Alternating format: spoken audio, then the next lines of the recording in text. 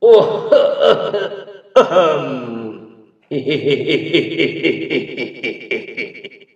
Kasep anaking anak ama cu wiraksa kusuma kembang ati buah seca mustika kula dipawenangan.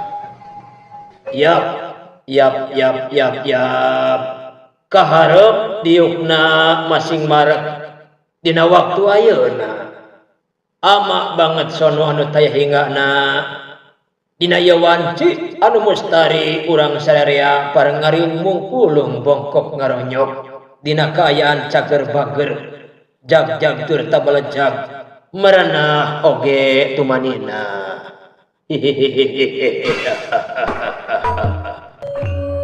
Duh kaulanon Rama Guru nampi nuhun tina pembagi katampi kalayan kabingahan kuayah panjenengan atuh langkung ti payon ngahaturkeun pangabaktos kahunjuk salira mugia katampi kaulanun katarima kase kataatan turta kapatuhan hidup ku ama dening tangan loro kiwalan tengan bakti hidup di aku simpun plungatipun dehing mastaka kalayan anu hadena terus gawean anu kurangna pek omean atuh tina sagala rupi kakirangan lan kelepatan wayah panjenengan ama ucap sikap nu teu siap tingkah polah nu teu merenah laku nu teu loyo nada agung sewu cukup lumur jemar hapunten anu kateda kaulanun. Urang silih maklum, urang silih hampura, papadan cuparubarkeun. Allah Maha Hampura bakal nerima taubat hamba anu sabenerna. Piraku papada urang teu bisa, salah wae da urang teh lain setan, bener wae lain malaikat. Ngan tina eta rupa hal kasalahan sing ngajadikeun palajaran anu gede harga. Sangkan ketiga berus deui kana kakaliruan anu sarua. Deh, nampi nuhun sami-sami ti wayah panjenengan oge. Atuh katil perkawisna ieu teh badaya pikeun saunaon. Mangga wayah panjenengan nampi kana timalan. Bujang hingga kapunutan agi miwah emutan. Dalah larapati oge kasangakeun kaulanun Rama Guru. Nuhun kasep nyata tuh pangna ama ngagaruh hidup teh aya tujuan utama nu baris dikedalkeun tapi samemehna ke heula ulah gurung gusuh teu puguh lamun ceuk dina paribasah teh mah alon-alon asal kelakon biar lambat asal ketinggalan kereta api kereta api asal selamat ama eta maksud teh biar lambat nu penting mah ketinggalan roda sayur asal selamat biar lambat nu penting mah salamet apan urang teh kasumpingan tamu kehormatan titu maritis wewengkon Madukara Amartapura.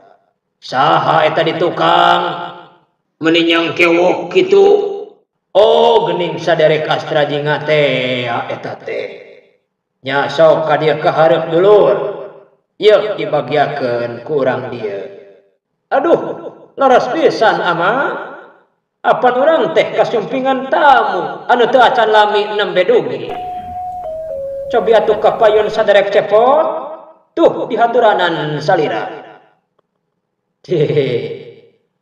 Dampi nuhun Zut tina pangbagi salira sepuh kalayan warga dieu padepokan anu kacida someah ramah tamah tur berehan ka abdi katampi kalayan kabingahan ku abdi moal disimpen dina got atanapi tong sampah eta pangbagia teh kan tenan disimpenna dina susukan saat mah tapi estuning kasanggah kalinggawurda katampi ku astakali.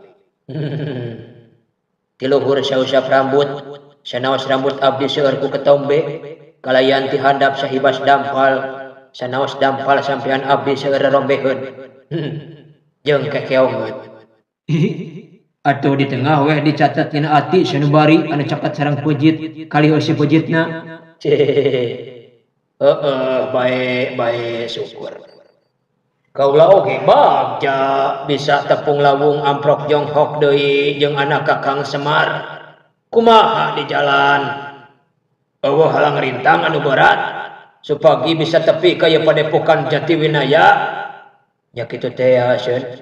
Ari lancar mah lancar, mung eta we abdi teh sasab heula nya ta. Lepat mengkol tadi mah. Sasab salah mengkol kumaha maksudna? Sumuhun. Ari anu dituju Padepokan Jatiwinaya, ari beras kalah ka kadaya kolot. Nah, atuh lain mawa peta maneh teh cepot. Peta patunjuk arah. Nyanak namanya nyanak eta oge peta, tapi anggar we linglung. Peda eta panginten. Peda kumaha? Sumuhun. Ari anu dipilari Padepokan Jatiwinaya, ari peta anu dicandak Kabupaten Garut. Nah, cite darah rasaan mah salah, tapi teu bener kemana karep. Rasaan mah kaliru, tapi ngalieurekeun. Lamun linglung kitu, nangtukeun kaler kidul, hilir wetan. Mawa atuh ongkoh deui kompas arah mata angin. Sami eta ge Seun, nyanda kompas abdi teh. Tapi tetep we nyasar keneh. Naha margi ari batur mah anu dicandak teh kompas arah mata angin, ari abdi mah kompas arah mata keranjang. Nah, atuh lain dicobaan ku Google Map, jaringan internasional anu leuwih canggih. Sami eta oge dianggo. Geuning masih keneh linglung. Margi ari batur mah milarian lokasi tujuan teh nganggo Google Map jaringan internasional. Ari abdi mah Google Map jaring paranti ngalalawuk sareng manuk. Atuh maneh mah sok ka mana karep wae. Ke heula nya. Samemeh kaula nanya maneh pikeun ngajentrekeun pamaksudan. Pangna jauh-jauh ti tumaritis ka ieu Padepokan. Kaula teh sejak mere pepeling heula kanu jadi anak, kanu jadi murid. Katut sakabeh para catrik di ieu Padepokan anu kiwari keur pada karumpul ngariung mumpulung. Naon anu jadi sabab ulah woleh dibere pepeling sangkan hidap sangkan sakabeh papada urang salawasna eling cu inget katemah wadi sadar kana kaayaan teu kamari teu kiwari nyekel jati diri anu sajati. Nah kitu tah depi maksudna kumaha kaula nun kedah eling sadar kana kaayaan kalih emut katemah wadi teh Rama. Sumuhun Seun, sadar kumaha ieu teh apan pangna abdi ayeuna tiasa kumpul sareng sadayana warga dieu Padepokan teh kumargi nuju eling henteu pingsan. Da upami teh eling alias pingsan, panginten abdi teh nuju diopname ayeuna teh diinfus di rumah sakit bari diriung-riung ku perawat anu gareulis. Ari salah sahiji hal anu patut sakuduna dieling, disadaran, dicekel digenggam pageuh dina kahirupan sapopoe teh nyaeta yen urang hirup kumelendang di pawenangan terus dikungkung ku waktu, teras diwatesan ku mangsa, dipagar ku kasempatan anu terbatas. Jadwal anu parantos ditangtoskeun ku anu maha ngatur, anu maha ngajadwal.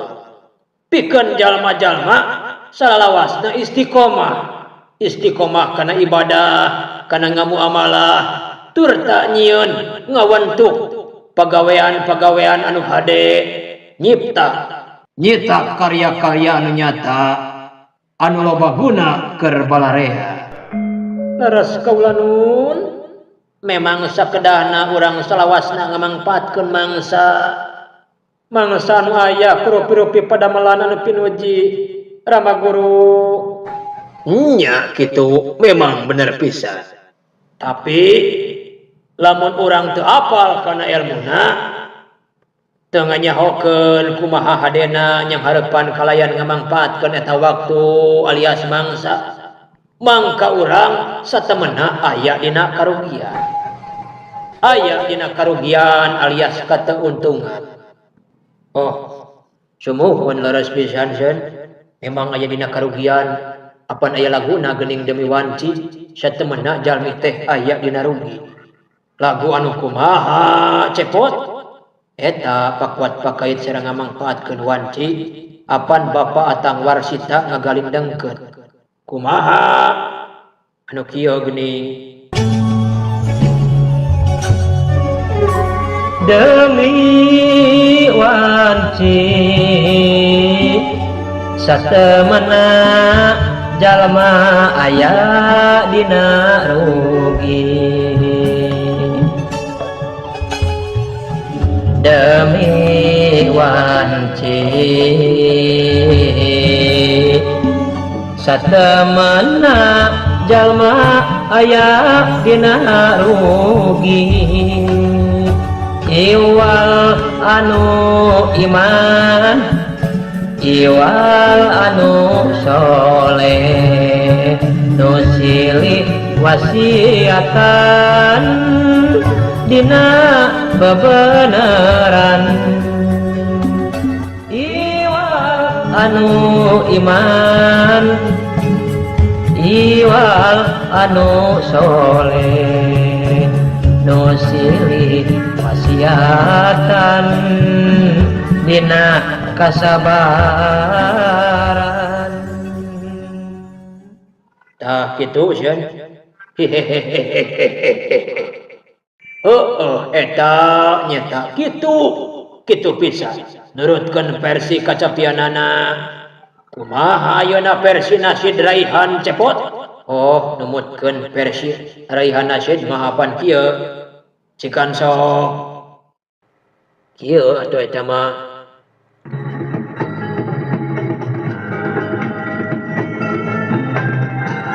Demi masa sesungguhnya manusia kerugian, melainkan yang beriman dan yang beramal soleh.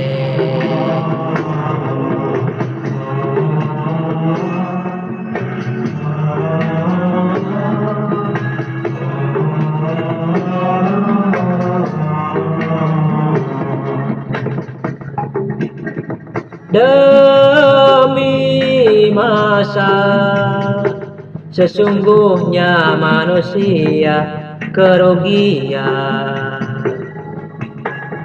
melainkan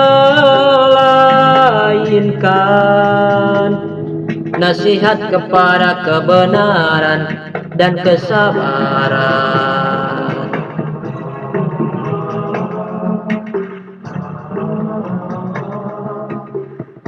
Nah itu sih numutkeun versi Nasid Raihan mah kitu pisan apana. Ari eta ucapan-ucapan teh mangrupakeun firman Allah Subhanahu wa taala anu ditetelakeun dina surah Al-Asr ayat 1 tepi ka 3.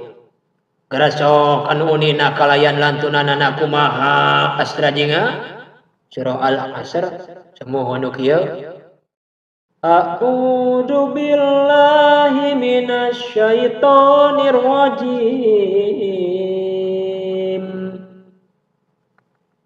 Bismillahirrahmanirrahim.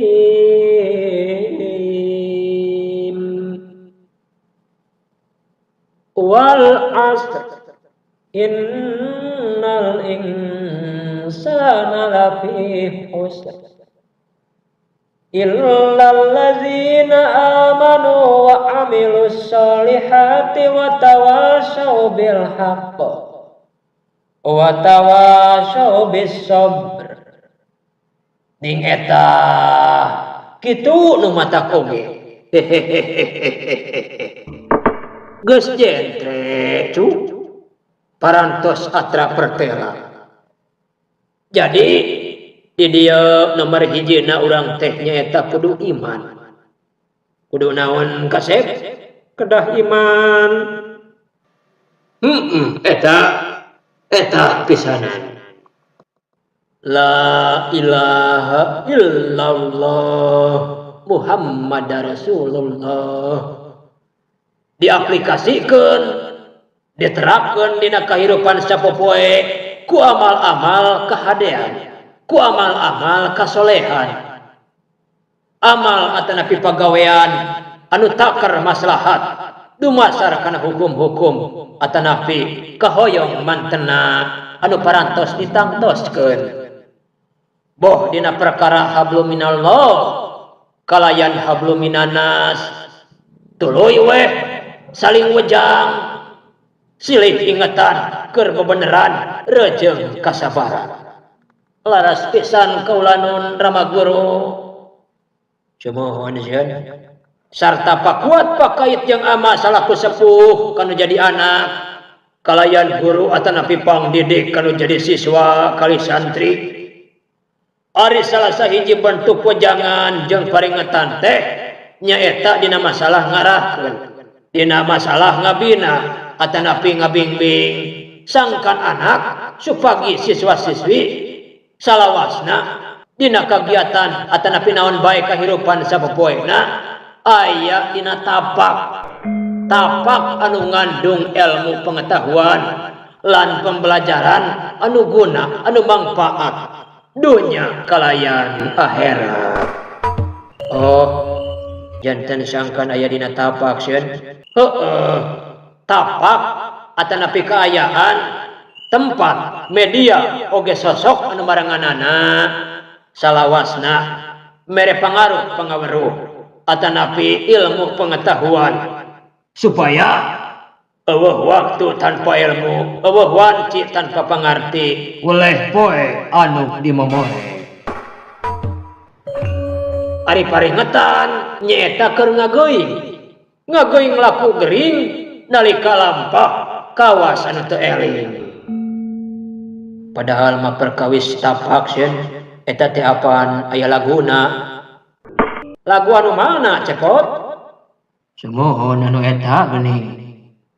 Mapai jalan satapak ngajugjug ka hiji lembur henteu karasa capena sabab aya nu diteang. Nu penting mah asal nepi ka tempat anu dituju. Geus cepot teu nyambung eta mah. Nah jol-jol kana mawar bodas hubunganana atuh jeung masalah ieu mah. Oh teu nyambungnya. Punten sieun manawi teh aya hubunganana. Teras kanggo naon deui amal? Upami ayeuna hiji murang kalih saparantosna iman ka Allah oge berakhlak mulia kedah diarahkeun terus diingetan tuluy supados napak dina kagiatan-kagiatan anu ngandung ilmu. Keur naon sangkan kumaha? Sabab ari nuntut ilmu ngulik pangarti ngalak pangabisa teh kawajiban urang salerea cu. Kawajiban urang salerea dumasar kana dawuhan Rasulullah. Anjeunna ngadawuh talabil ilmi faridatun ala kulli muslimin. Ari nuntut ilmu nyaeta kewajiban setiap jalma anu beragama Islam. Sarta anu panghade-hadena alias idealna iraha waktuna nuntut ilmu teh ti umur sabaraha taun nyaeta ti zaman budak, ti wanci leutik, ti mangsa mubrag ka alam dunya. Beh dituna tepi ka tutup umur akhir wanci dipetik pati ku Gusti anu kagungan anu maha suci. Sabab aya ulama anu nyebatkeun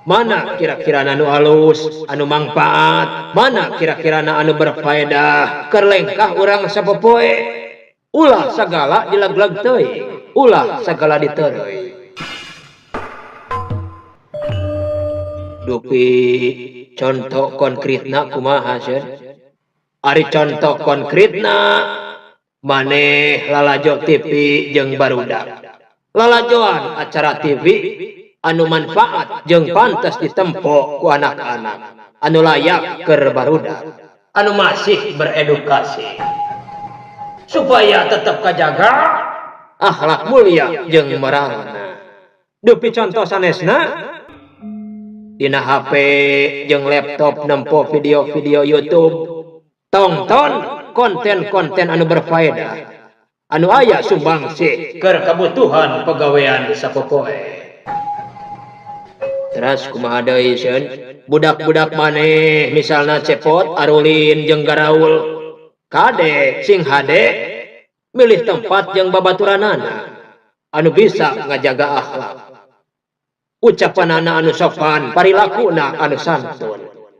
Muka medsos alusna teu kudu ari eueuh tungtutan jeung pangabutuh mah. Sokomo keur barudak anu acan cukup umur, bari minim tina bimbingan. Sabab eta teh bahaya, super bahaya, bisa ngancam kana kasalamatan moral. Lamun can cukup umur atanapi terlalu minim bimbinganana. Sokomo asal coba-coba mah. Sumuhun Seun, leres pisan kitu. Da upami utamina anak-anak sampai segala dilag-lag mengkonsumsi konten-konten atanapi tampilan-tampilan yang berseliweran dan bertebaran di berbagai media tanpa saringan, tanpa filter yang efektif, maka akibatnya anak-anak akan menjadi korban. Jadi leres eta teh, it's very dangerous. Bahaya banget. Sekali lagi anak-anak bisa menjadi korban. Korban naon maksudna cepot? Korban sinetron yang tak mendidik, bobogohan ti leuleutih. Korban naon deui? Korban TikTok, gutak-gitak gual geol banyak gaya, kayak pasien rumah sakit jiwa. Korban naon deui? Korban main game yang bikin lupa waktu dan lingkungan. Korban naon deui? Korban Facebook dan Instagram, posting foto ulal-elel, kawas eme nu kacekek. Cekrek sana, cekrek sini, selfiean, terus bikin status di beranda. Ketik. Ih, aku lagi gabut nih. Like dan komen aku ya guys. Cie, WK, Nanaonan eta kikituan gerak. Kan itu namanya tegablag kaisin. Cie. Hanya karena kepengen eksis, posting yang tidak etis.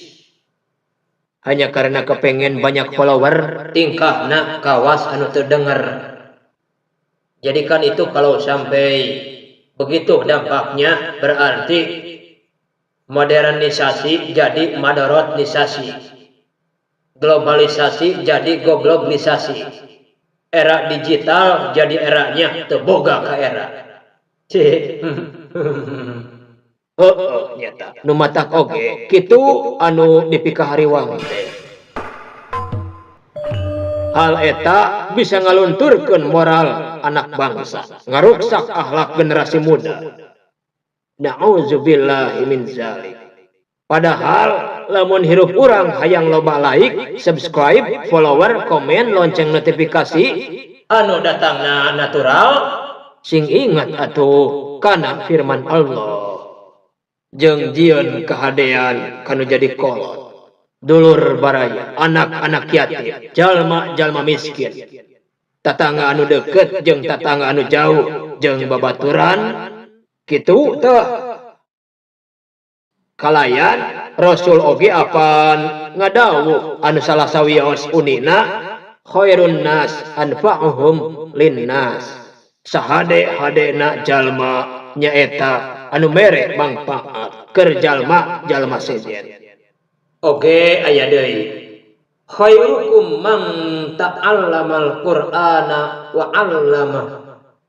Jadi urang teh lakukan heula sesuatu anu bermutu, karya anu berkualitas, anu teu nyimpang tina syariat.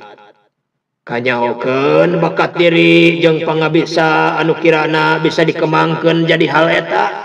Dina enggoning hirup kumuh sosial bersaing secara sehat. Apan lamun geus kitu, najan urang teriak jeung teu pamrih oge, batur teh bakal resep secara alami. Kinerja urang tangtu berkembang. Dah, sumuhun kaula nun ama, diestokeun pisan ku wayah panjenengan. Lareseun, memang itu pisan lah pokona nama. Cik. Syukur pisan, cu. Alus, memang kudu kitu. Hehehe.